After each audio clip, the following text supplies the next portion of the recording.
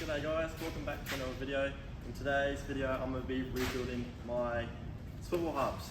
So I got the swivel hub repair kit, I got all the tools, the grease, and I'm going to start pulling this apart and see if I can figure it out. So this is my first time doing swivel hubs or anything like that, so hopefully I get it right and I don't have to get a mechanic to come and do it for me. So as you can see, the swivel hubs are in dire need of a rebuild. I washed them up, but they were weeping a lot of differential oil.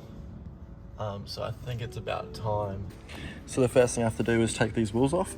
And the good tip I like to use is sometimes when they do them really tight, you can kind of just push down with your leg and it will break. So that's a good little tip to know.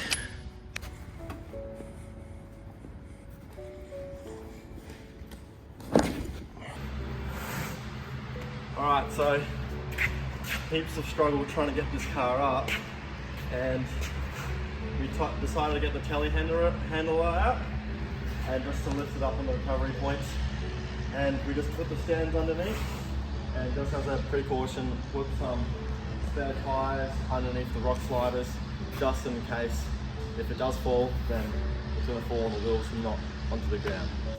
Alright, so right now I'm trying to get off the cone washers so I can open up the hub, but this is how I've got the car propped up. So I didn't really trust these stands, so I put some spare wheels there and I put some spare wheels here, so just in case if the car does fall then it's not going to fall straight onto the ground. So it's been a very messy job so far. Got lots of newspaper, but the diff is drained and it's just one step at a time right now. Because I don't have any Ziploc bags, this is how I'm knowing where all the bolts and screws and the covers. So I've just made a little list, very easy little list, so I know where to put them and then in the order of taking them off. So now I'm just getting out the hub. So now I've taken all the hub nuts off. So now I'm able to just grab it off. Oh, I should be able to.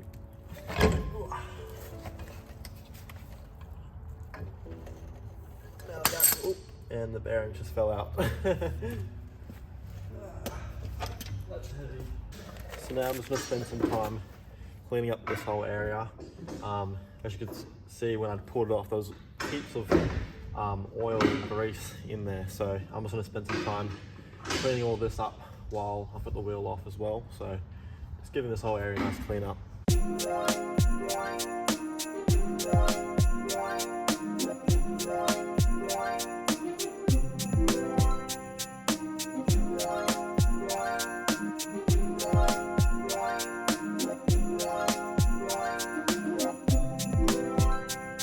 Alright, so I've kind of cleaned up the area a bit more now. It's not perfect, but it was really oily and dirty and stuff, so I just want to get most of that grime off. So now I'll keep pulling stuff off. So the video I watched, the guy took this off and no oil came out. As you can see, heaps of oil just started coming out, so I had to put the oil pan underneath it. So it was definitely time to do a rebuild. Was not expecting that. So I just pulled it off, and as you can see, heaps and heaps of oil and grease from just the rotor cover. Heaps for that. Absolutely filthy. So as you can see, this thing is absolutely filthy on the back. So I'm just going to spend some more time just giving this a bit more of a clean. So I've just spent some more time cleaning this and it's just so caked on. So that's still dripping, as you can see. Absolutely filthy, but I'm just gonna keep moving on and get some more progress done. Alright, so now I'm pulling out the CV. I've taken off the spindle and now I'm just going to do this. So I've done this once before, about 2 years ago, so I've got to remember how to actually do it. Just stop there for a second. Okay, yeah. Yeah, thank you.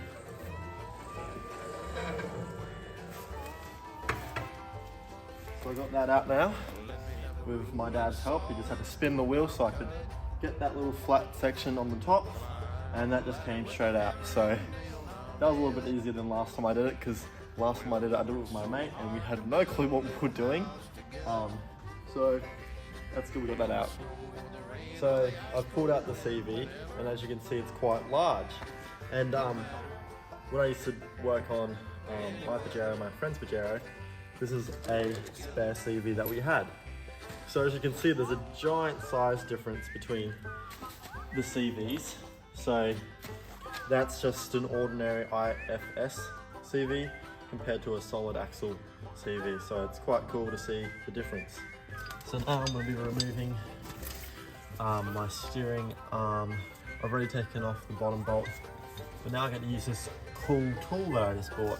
So this pretty much just separates these, because these take a lot of force to actually separate. So this will be my first time using this tool, and I have done this once before and I wish I had this tool. So be exciting to try it out. Alright, now it's underneath, so I'll just wind that down. And I'm going to be using a 22mm socket to release it. Like it. Oh. Wow. I thought that was going to be a bit more dramatic. So now I'm just breaking off the steering arm connector. So I'm just getting all those loose, and then, as you can see, there's quite a lot of muck that's just coming off it. But so far so good, so I haven't had too much trouble besides with the cone washers. That was just mainly down to not having the right tool. So it really shows having the right tool for the job is really important. I can start my cleaning process.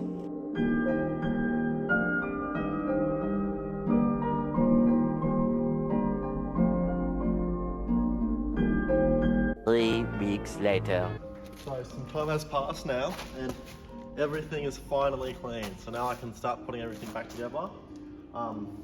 It was a lot more cleaning than I thought, because this has been rebuilt before, and whoever rebuilt it last time did it really messily. Like the gasket, it was like a silicone gasket sort of stuff, and it was really hard to get off, and they just kind of put a whole lot on. So it was a lot of cleaning, but I think everything is good to go now. So for the past half an hour, I've been trying to find the upper and lower races for the knuckle bearing, and I thought I ordered the wrong kit. I looked up the box number, everything, it said it was in the kit. I just couldn't find these races. I pulled the whole kit apart, had a look, and it's really annoying because each one of the pictures have the same picture on it, and it's kind of hard to figure out which one is which. And on the video I was watching from Second Gear Low, the part number wasn't matching up to these boxes. So I tried to figure it out, and I found that this box was roughly around the same size as the racer. So this is the one I've taken out. And on this, I took it out of the box and it measured up about the same. And I was like, that's strange. But I didn't realize that these actually come apart. That's why I was struggling. So I looked a bit closer on this piece, and it said 30304.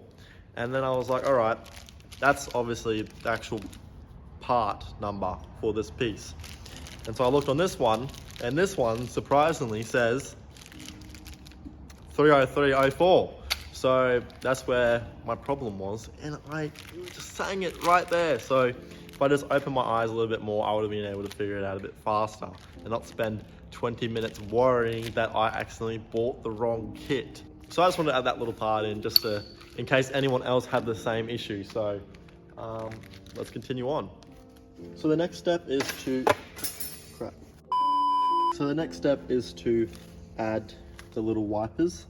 So with the wipers, you got a felt one that goes on first, then a rubber one, and then a metal one. So you're supposed to oil this one and grease the plastic one. So I'm just going to use some 80W90, which is what ChatGPT said to use. So I'm going to use a little bit of this, which I'm going to be putting in the diff later on, and hopefully I've got enough to spare. So I'm just going to use a little bit, make sure it's all oiled up. So let's do that now. So I'm going to open this oil now.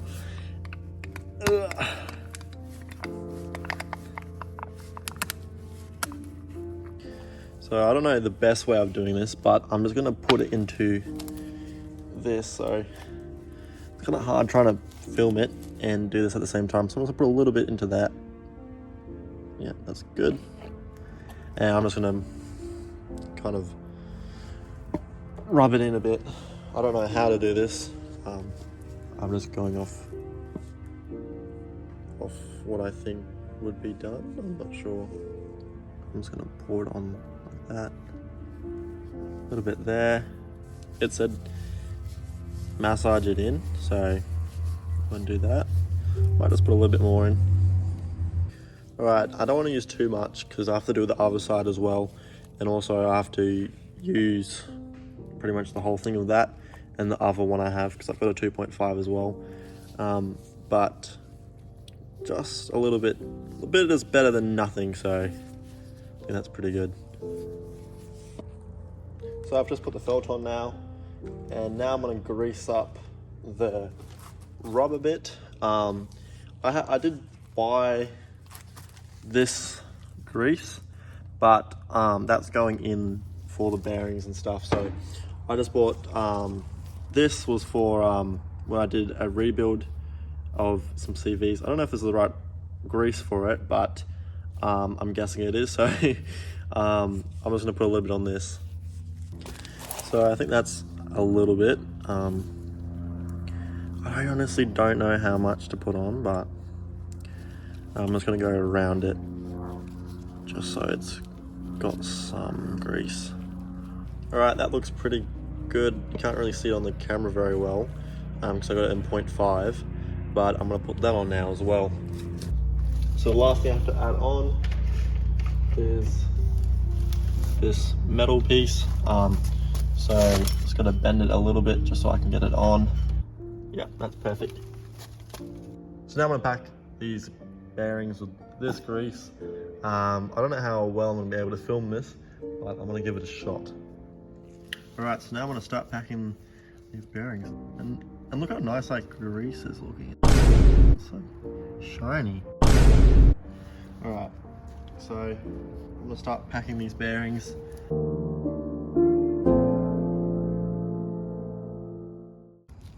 Also, I just wanted to say, I've never done this before, so if I look like an idiot, I'm just trying to do what the guy did on his video. So please no hate.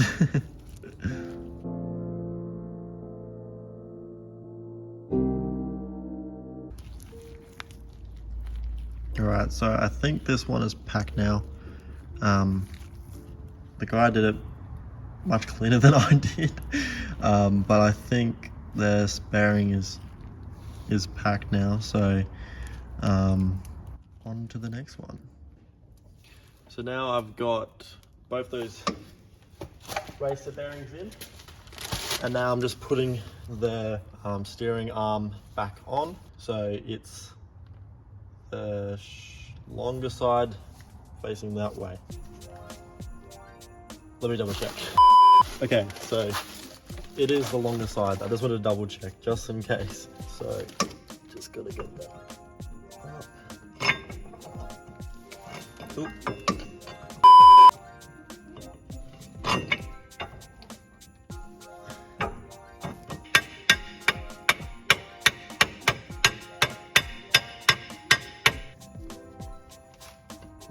why this is not going in. 3 weeks later. Alright, so I got the CV in. That took much longer than I thought it would take, for the reason that it has 2 flat points and it should be aligned. So when you pull it out, it's aligned with here and the bottom there. However, the wheel, so I still have the wheel on the other side, so it must have turned slightly. Alright, so I got the old bearing and like the topper piece out of the spindle hub. So this piece is the new piece, but the one that was in there, so long to get out, it was really stuck in there. So I got that out, so now it's on to putting this in now. Alright, so now I'm just banging in the top part. Got that little bottom one in now, so it's just this top piece, and then I can start putting it all back together. Alright, so now that top spindle housing part is all done, and now I can put it back in the car. Alright, so it was kind of hard to film everything because I was having to put this stuff on. I did spill it across the face of it, but it's just like a gasket that you just kind of brush on. So I had to put one of the gaskets on, and then I put that on, and then I put the housing on, this swindle hub housing on, and then I also put the gasket on that, and then I put the brake rotor dust sort of cover on, and then I put another gasket on that, and then I put that gasket on top of that as well, and then I put this dust cover on, and then I just put the steering arms back in and torqued them up to 91 Newton meters. Alright, so everything is back on now.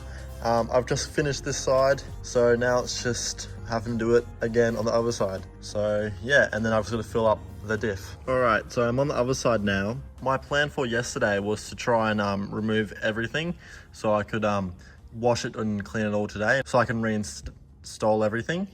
But the brake rotor did not want to come off, so I undid everything and it just would not come off. I tried everything, I tried hitting it, I tried like WD-40, I tried everything, nothing was there, it was just stuck. However, I saw this really good video on YouTube, and so what this guy did was that he put one of the bolts back through and pushed it up against the back of the disc, or on the other side, and so he would tighten it up, and then so it kind of would move a little bit, and then loosen it off, and then move the rotor around, and then tighten it up again, so it would start pushing it off. I just did that for about a minute, and the whole thing just came off with ease. If your rotors are ever stuck, that's a really good tip. Just put one with the brake pistons off and the pads and stuff off, but you just put it through one of those holes that you attach that to. So yeah, good tip. Another tip that I found worked well for me is that there's 2 bolts for the ABS speed sensor. So there's one to actually hold it in, and there's another one to hold this little bracket. And if you undo that little bracket one, they'll let you put the ABS speed sensor much higher, so it's further out of your way. So just make sure you put them back in, the bolts in back in the right hole, because one is shorter. So the shorter one is for the little connector, and the longer one is to actually hold the ABS speed sensor in. So just a little tip I thought I'd mention. And while I'm on this side, I thought I'd just show you guys the condition. So this one I thought wasn't going to be as bad, but this one is much worse. Everything's been stuck, like even the dust cover and stuff, just been stuck. The swindle hub, stuck. It's just been a pain, but I'm just getting through it. So hopefully this won't take me as long as the other side. All right, so driver's side is now all pulled apart. So now it's just on to cleaning. This process was much faster than the other side, mainly because I had the right tools. I believe this tool is one of the best tools for the job. This and this copper hammer. These tools have pretty much been the main tools I've been using. These 2 tools, best tools for the job. Really, I say get them before you need it. I try to get all the tools I needed, but those were the 2 tools that I needed the most, and now I had them for this side, and this side took me about an hour, if that. Now it's on to cleaning, and I'm gonna start putting everything back together very shortly. 3 weeks later.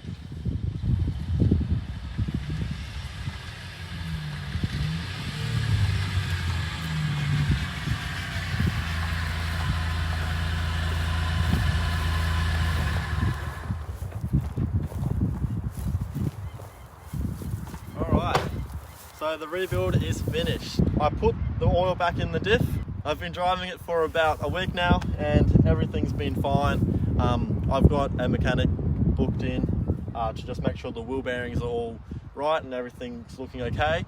But yeah, so the process wasn't too hard. It was a lot of tinkering around and getting the right tools and stuff. But I got the job done and probably spent around probably close to 14 hours getting the whole job done. But I reckon if you had the right tools, I reckon you can do it easily within 10 hours. But yep, so if you need to do a rebuild, I definitely suggest just doing it yourself. Just make sure you get the right tools, and all the tools I bought, roughly it was around $300, $400 with the oil, and the rebuild kit was around $400. So it's close to that $1,000 mark, but if you've already got all the tools, you only need the rebuild kit. So I hope you guys enjoyed the video, and make sure you tune in for the next one, because I'm doing the whole fit out for the touring, and I'm going to put a rooftop tent on soon and do the whole redraw setup so it's ready for touring. So thanks for watching, guys, and make sure you subscribe.